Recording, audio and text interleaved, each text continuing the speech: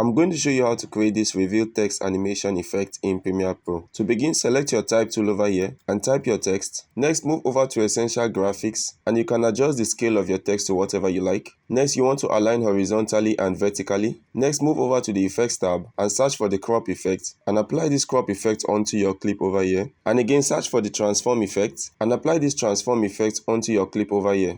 In Effects Control, make sure that your crop effect is placed above the transform effect, otherwise it won't work. Now highlight the crop effect and move this blue line very close to your text to crop the text. Next, move over to the transform effect and toggle on the stopwatch next to position and change the Y value for position until this text can no longer be seen, and move forward 4 frames by hitting the right arrow 4 times, and at this position hit this reset parameter to reveal your text once more. Scroll down and change your shutter angle to 180 to add some motion blur to your text. And that's it guys on how to create this text reveal effect in Premiere Pro. Thank you for watching and see you in my next tutorial tomorrow.